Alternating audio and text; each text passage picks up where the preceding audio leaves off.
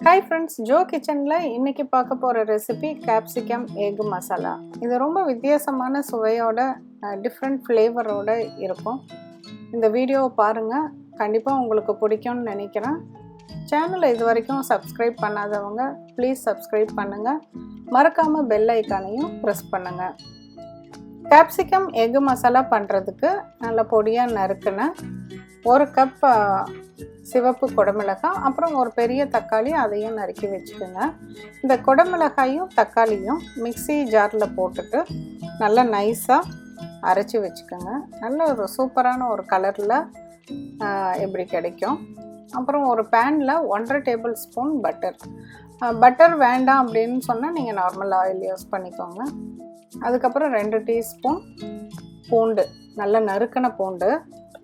இந்த பட்டர்லேயே கார்லிக்கை நல்லா ரோஸ்ட் பண்ணிவிட்டு இந்த மாதிரி ஒரு ப்ரௌன் கலரில் லைட்டாக சேஞ்ச் ஆகும். அந்த டைமுக்கு நம்ம அரைச்சி வச்சுருக்க இந்த மிளகா பேஸ்ட்டை போட்டுடலாம்.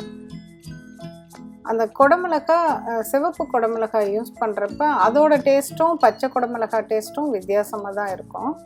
ஸோ இதுக்கு சிவப்பு குடமிளகாய் யூஸ் பண்ணுங்கள். கொஞ்சம் உப்பு போட்டுக்கோங்க.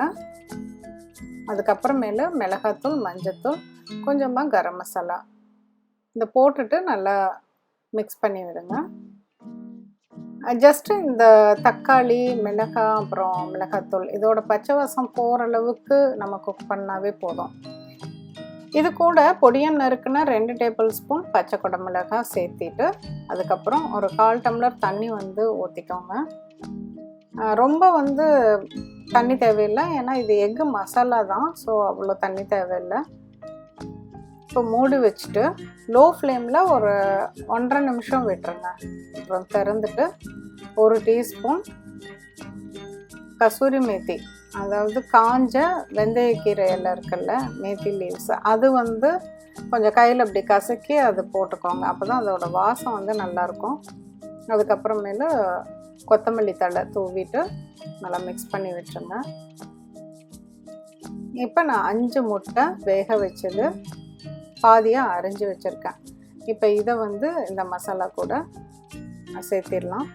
இப்போ லோ ஃப்ளேம்லேயே இது அப்படியே அந்த மசாலா ஃபுல்லாக அதில் முட்டையில் ஸ்ப்ரெட் ஆகிற மாதிரி பரட்டி விடணும்.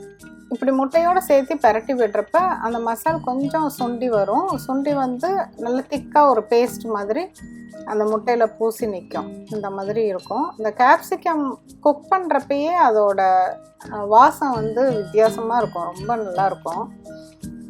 செஞ்சு பாருங்கள், உங்களுக்கு அந்த டேஸ்ட்டு கண்டிப்பாக பிடிக்கும். மீண்டும் ஒரு புதிய ரெசிபியோடு உங்களை சீக்கிரம் மீட் பண்ணுறேன். தேங்க்யூ.